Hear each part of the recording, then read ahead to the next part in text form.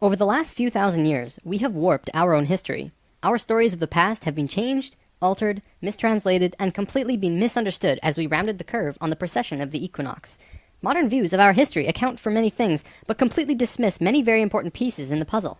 For example, the pyramids of Giza. There is no modern theory that accounts for how these could have been made. Individually, each block cannot be pulled even with 50 men pulling it, let alone drag it for hundreds of miles and then stack them on top of each other 450 feet in the air, in such a precise way that even modern technology can't achieve. Not to mention having it lined up precisely with both Orion's belt, a golden mean and Fibonacci spiral, and be a primary nodal point of every sacred site on the planet.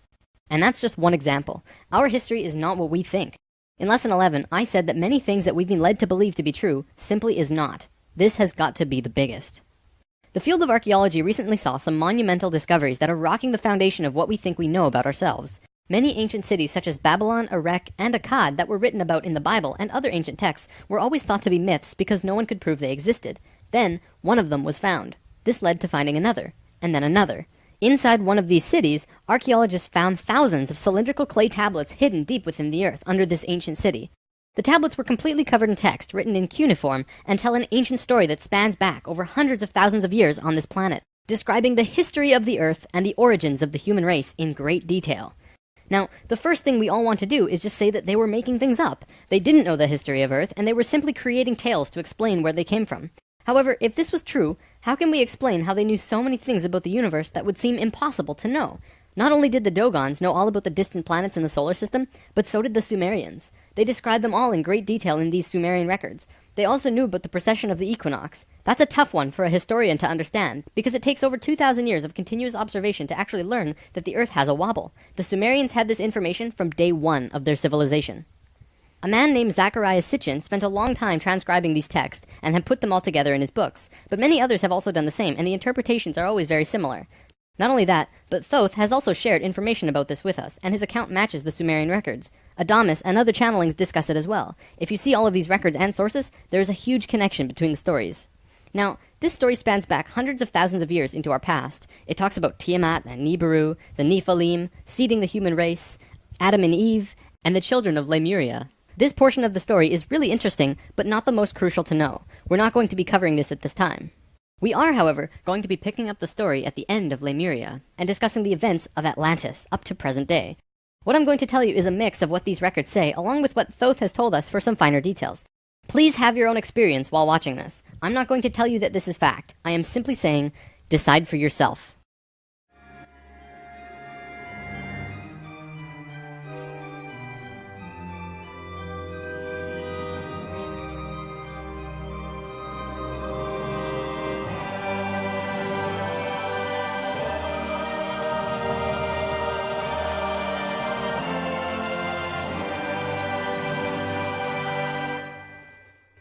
There was a time, long ago, when humans existed at a very high level of consciousness. We were intradimensional, and were very psychic. We communicated through thought and emotion, much like how animals do rather than speaking or writing, which would seem very primitive.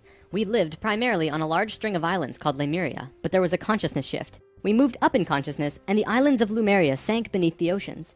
At the time of this shift, a new continent rose out of the waters. We called it Atlantis. Back in the early 1900s, the spiritual path of the United States was similar to what's happening today. People began to learn about meditation and study ancient lands like Atlantis and Lemuria. We actually found quite a bit of evidence that Lemuria existed, and it had to do with coral.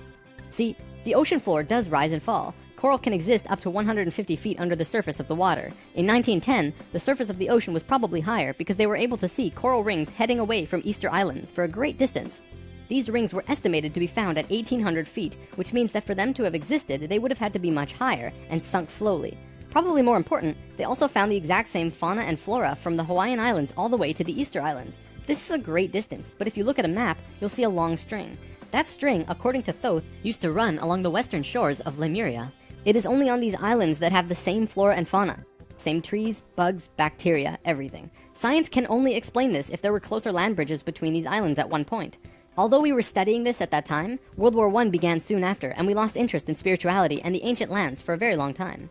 After the sinking of Lemuria and the rising of Atlantis, at first the human race became scattered. We moved to various islands and continents all over the world because we didn't have a home. Yet, We didn't know where to go. At that time, there were about 1,000 humans at a very high consciousness, more than all of the rest. They were called the Nakals. Today, we know them as Ascended Masters. The Nakals began preparing Atlantis to be our new home. They projected their energies across the surface of the continent in the form of the Tree of Life, not with 10 circles, but with 12, an extra on top on the island of Udal, and an extra on the bottom in the water. There were 10 components on the mainland, and even though it extended over hundreds of miles on the surface, it was projected to the accuracy of a single atom. We chose to move to Atlantis because of the Kundalini. In humans, the Kundalini is often referred to as the energy serpent that runs up and down your spine. When activated, it provides an immense amount of energy through all of the chakras. The Earth itself also has a Kundalini because the Earth is alive, like an organism, running from the center of the planet to a specific place on the surface. Wherever the Kundalini resides, the people there become the spiritual leaders of the world. The Earth chose Atlantis to be the new energetic center of the planet. After Atlantis, the Kundalini moved to the mountains of Tibet, which is why the Buddhists were the leaders in pure spirituality for the last 13,000 years. It was a very pure place. It moved again within the last 10 years, but that's a story for another time. If you want to read more, check out the book The Serpent of Light by Drunvalo Melchizedek. Suddenly, in a single day, the Nakals breathed life into the Tree of Life on the surface of Atlantis. This created vortexes of energy rotating out of each and every circle. Once the vortexes were established, the children of Lemuria began to be called forth. Millions upon millions of Lemurians who had settled all across the planet began to be pulled toward Atlantis. A great migration began. However, the Lemurian body of consciousness had only reached the age of 12 as a planetary consciousness. Because we were right-brained, we were a female species, like a 12-year-old girl. And some of our centers weren't working yet. They had worked with these energies, but only mastered 8 of the 10. Each migrating Lemurian was attracted to one of these 8 centers on Atlantis, depending on the nature of the individual. There, they settled and began to build cities. That left 2 vortexes with nobody using them, not a single person. These 2 vortexes were pulling life toward them, and in life, you can't have an empty place. Life will find a way to fill it. Similar to if you were driving along a freeway, following another car, and you drop too far behind, someone will fill the place. That's exactly what happened on Atlantis. Though the Lemurians had only filled 8 of the vortex areas, Mayan records state clearly that there were 10 cities in Atlantis when it fell. You can see these records in the Troano document, which is now located in the British Museum. This document is estimated to be 3,500 years old, and it describes in detail the sinking of Atlantis.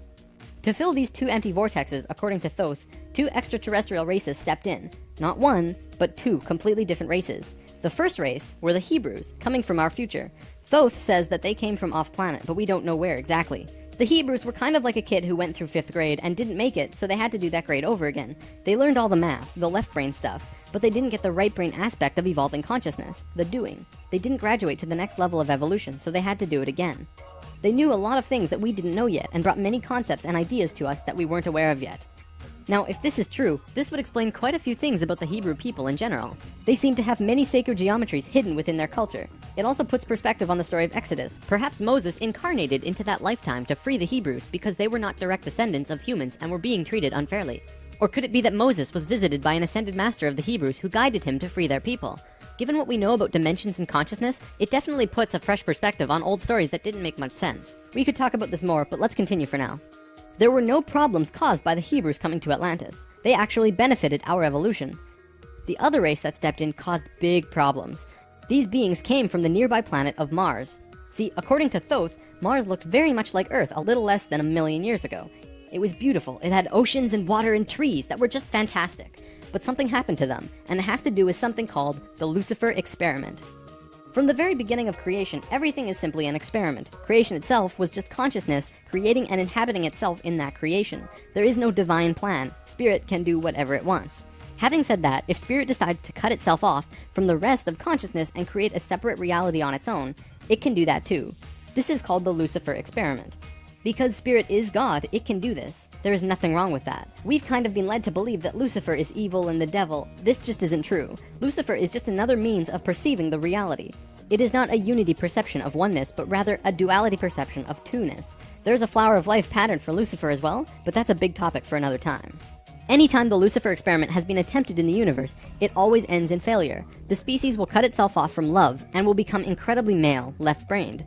What always ends up happening is that everyone becomes very greedy. There is no compassion for one another, and everyone ends up fighting until they end up killing themselves.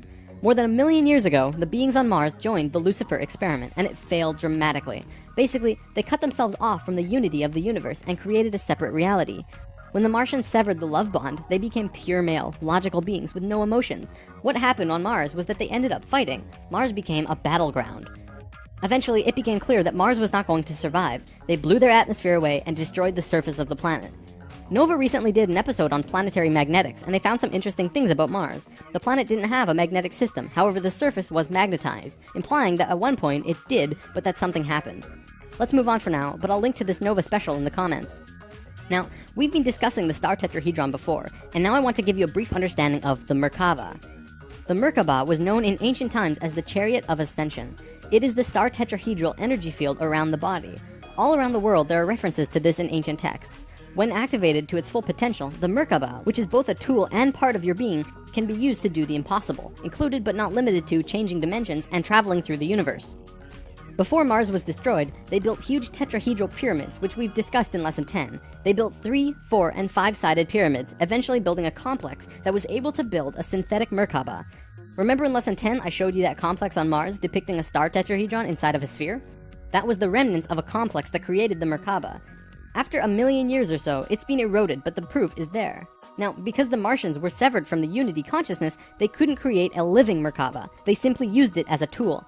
They created a synthetic Merkaba to travel in time and find a new home. A small group of Martians tried to get away from Mars before it was destroyed, and that place they found was Earth. About 65,000 years in our past. They saw this little vortex sitting there, just pulling in life, with no one in it. They didn't ask permission. Being part of the Lucifer experiment, they just said, alright, let's do it. And they stepped onto that vortex, and in doing so, they joined and changed our evolutionary path.